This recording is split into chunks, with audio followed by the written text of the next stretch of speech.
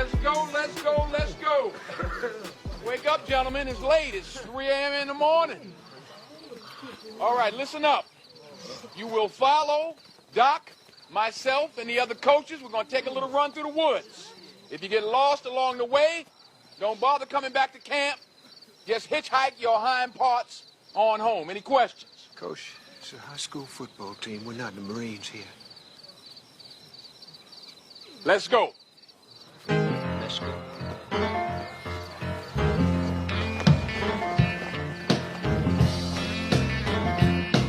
Tell me where have you been, my blue-eyed son? Where have you been, my darling one? I stumbled up on the side of the Well Mountain. I walked and I crawled over six crooked highways. But it's hard. It's hard. No. Come on, baby. Can't take no risk. Can't take no risk. Gonna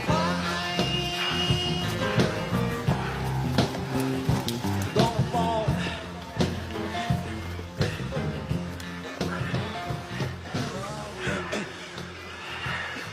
Anybody know what this place is? This is Gettysburg. This is where they fought the Battle of Gettysburg. 50,000 men died right here on this field, fighting the same fight that we're still fighting amongst ourselves today. This green field right here, painted red, bubbling with the blood of young boys, smoke and hot lead pouring right through their bodies. Listen to their souls, man. I killed my brother with malice in my heart, hatred, destroyed my family. You listen. You take a lesson from the dead. If we don't come together right now on this hollow ground, we too will be destroyed. Just like they were. I don't care if you like each other or not, but you will respect each other. And maybe, I don't know, maybe we'll learn to play this game like men. Welcome back, family, to another episode of The Hood Politic. I am The Hood Politic, and as always, your girl goes by the name Desiree to my family and friends. And like I always tell you guys, if you are listening and tuning into this right now, you are family. So family, the clip to open the show is really one that needs no introduction to my sports familia. But, you know, if you're a family member that happens to not really care about sports, or, you know, if you just want a refresher, you know, humor me anyway. But that clip is one of the best scenes of all time from a sports film, at least in my opinion. And that film, that clip that I am referencing would be Coach Boone, played by the great Denzel Washington, in the clip of Remember the Titans, or in the film Remember the Titans. But guys, in the clips to open the show, Coach Boone, like I said, played by the great Denzel Washington, he is tasked with leading a newly desegregated public high school in the state of Virginia. So in the clip, the young men are pretty much at odds. And Coach realizes he has to do something to bring his team together. So the clip that you just heard, if you're listening to the audio recording of this, or, you know, the clip you just saw if you're watching the visual of this, that's actually what it is. It's Coach Boone attempting to bring his team together. But in that clip, Coach Boone takes the young men to a historical site by the name of Gettysburg. And through this, he successfully achieves his goal. And his goal was to unite his team. And the team ended up successfully achieving its goal as a collective by winning the Virginia State Championship. But something more fantastic and amazing happened outside of the team just winning the championship and outside of him uniting the team, was that through the collective coming together of the team and the union of these young men joining together, it brought the community together. And in this clip, Coach Boone demonstrates incredible leadership and resilience. And of course, if your coach is, showcasing those attributes, of course the team is going to do the same. And that's exactly what happened. His team reflected those same values of resilience and incredible leadership. As a former collegiate athlete, I used to hear all the time that every team is a reflection of its leader. So this was a saying that was echoed by one of my all-time favorite human beings on the planet, the late, great Coach Rosalind Jennings. I, like so many others of you may be listening to this, I was fortunate enough to have great coaches throughout my high school tenure and throughout my collegiate tenure. My high school basketball coach, Coach Ron Jackson, shout out to Coach Jackson and TRM. Coach Jackson, he pushed our bodies to the brink of mere existence through countless basketball drills, like every single day. So much to the point of where it became a way of life. You see what I'm saying? Like, I learned early on through Coach Jackson that exhaustion, it isn't an excuse to quit. But more importantly, I also learned if you're crazy enough to believe in something and work hard at it, guess what? It can happen. Coaches have the ability to change the trajectory of your life, either for the good or for the bad.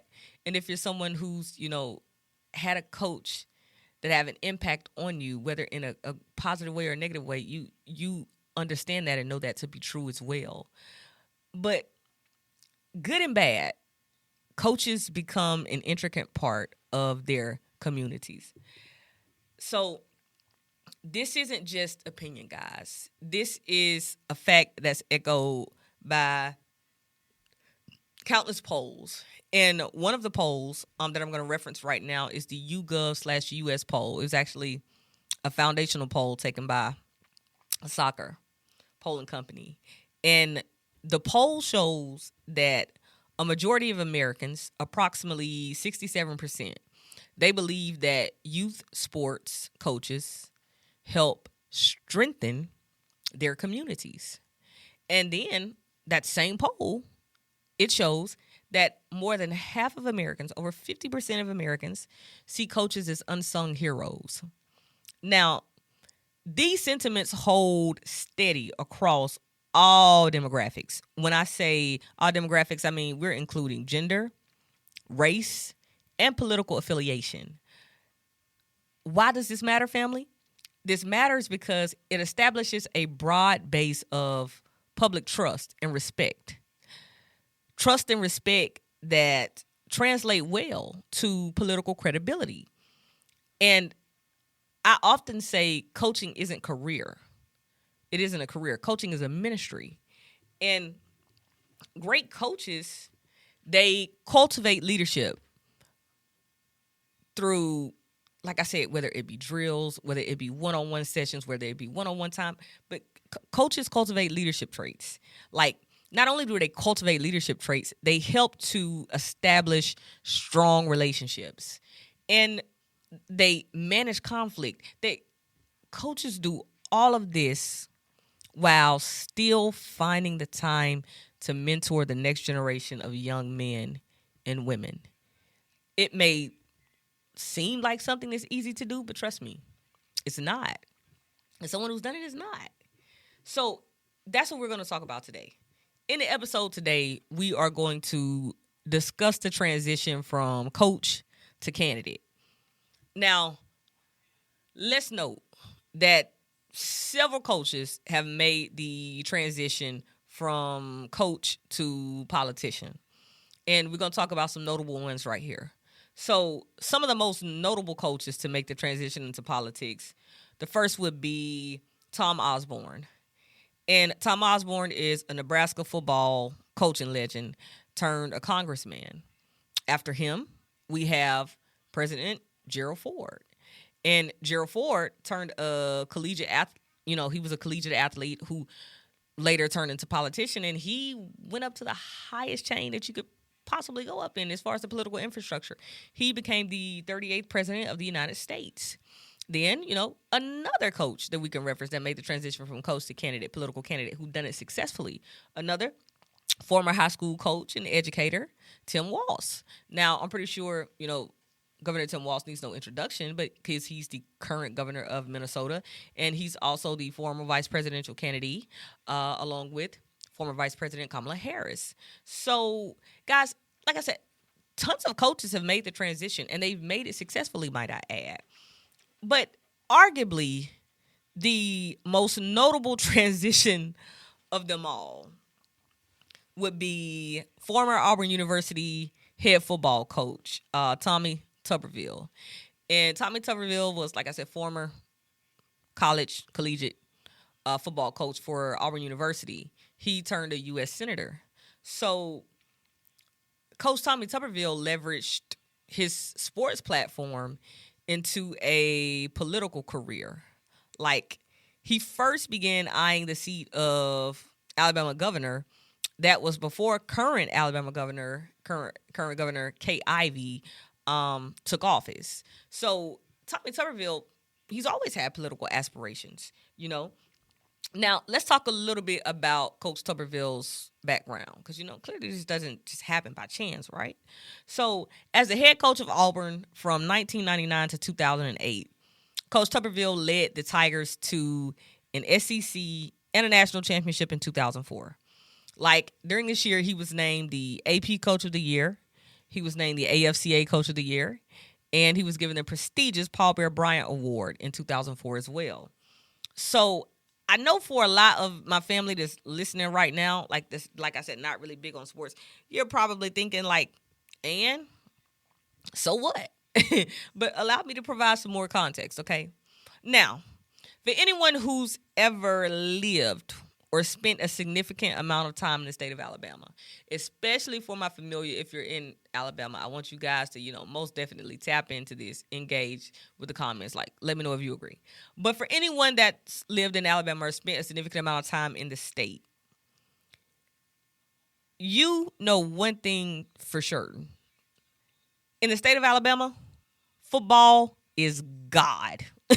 Like, the entire state lives for War Eagle or Roll Tide Roll. Argue with your mama. Like, this is a fact, right?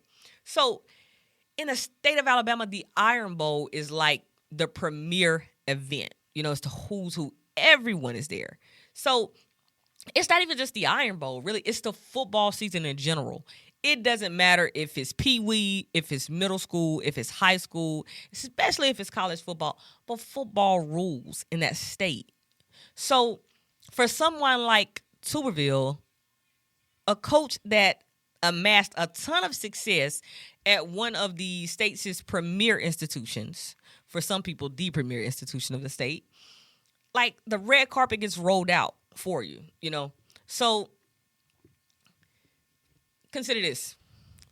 If you're living in a state like Alabama, where, like we just said, football is God, and it's either War Eagle or Roll Tide Roll, imagine the only coach in the history of Auburn University to beat in-state rival Alabama 6 consecutive times.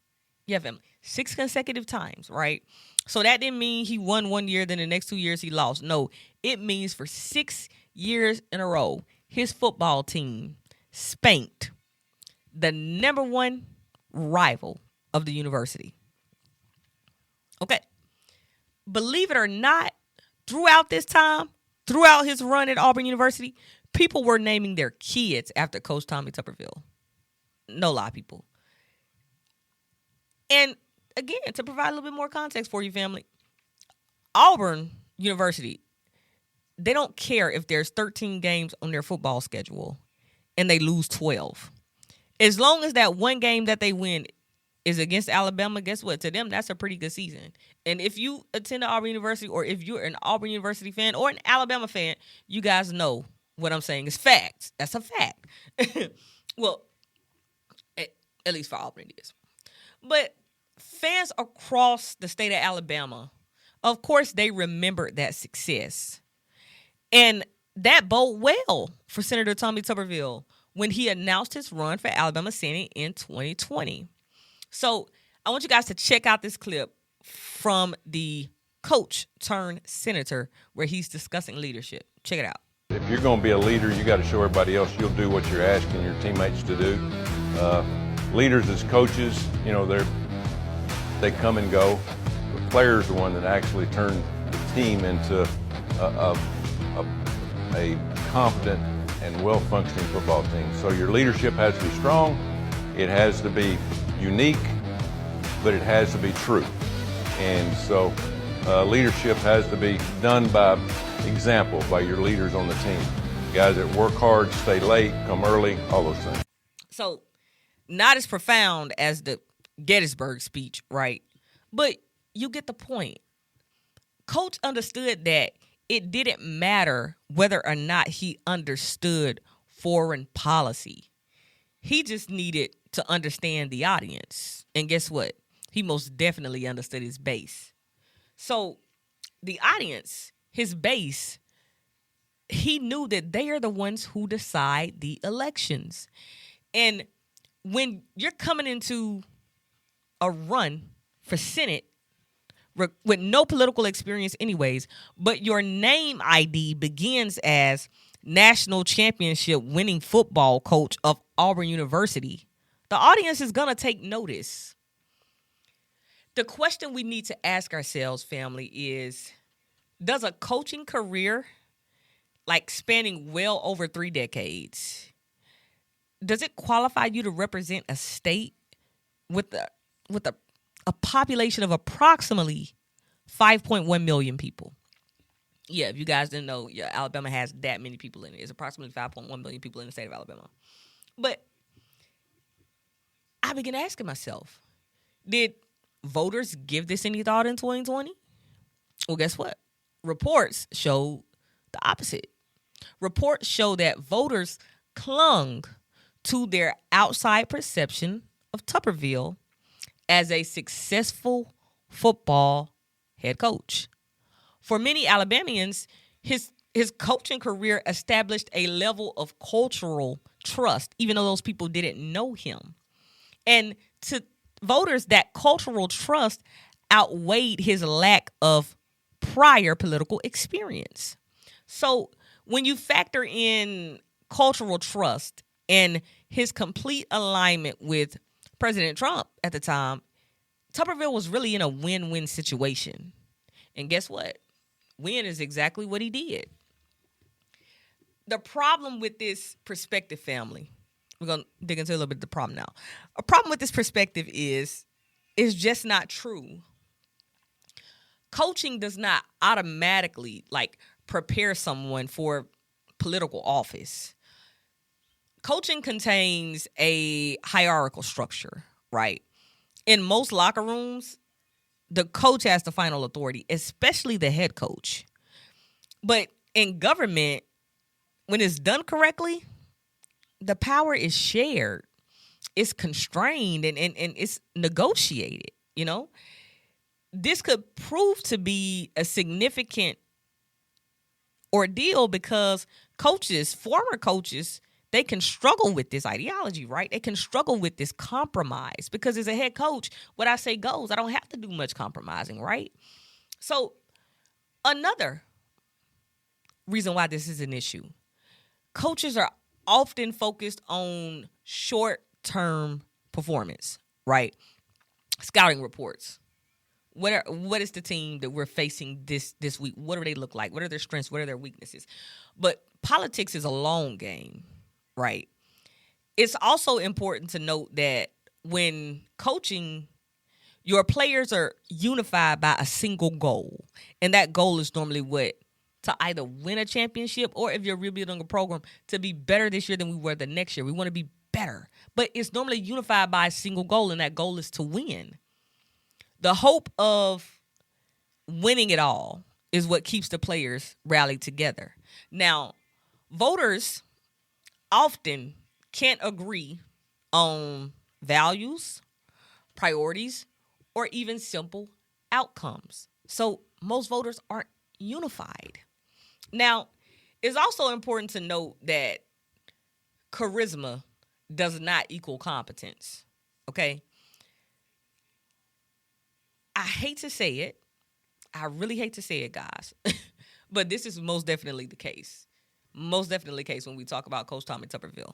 I want you guys to check out this clip right here. Do you have a reaction to the Alabama Supreme Court ruling on the fact that embryos are children? Yeah, I was all for it. You just got to look at everything going on in the country. It's just an attack on families, attack on kids. Anything that we can do for the future of our young people, because they're our number one commodity.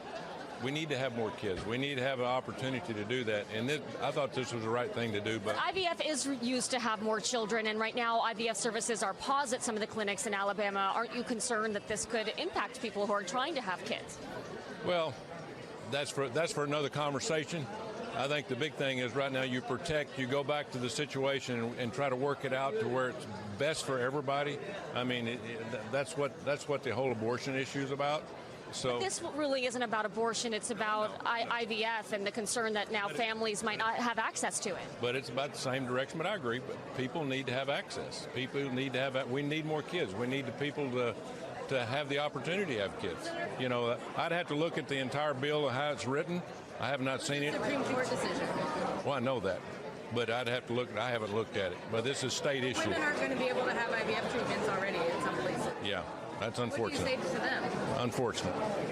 So, as you can see, it is a lot harder to sweet talk a political journalist with years of experience who's chronicling Supreme Court rulings than it is for you to sweet talk a sports columnist for the local newspaper when your team has beaten Alabama for 6 consecutive seasons in a row, right?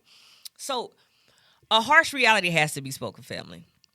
And that reality is the locker room prepares you to lead a team.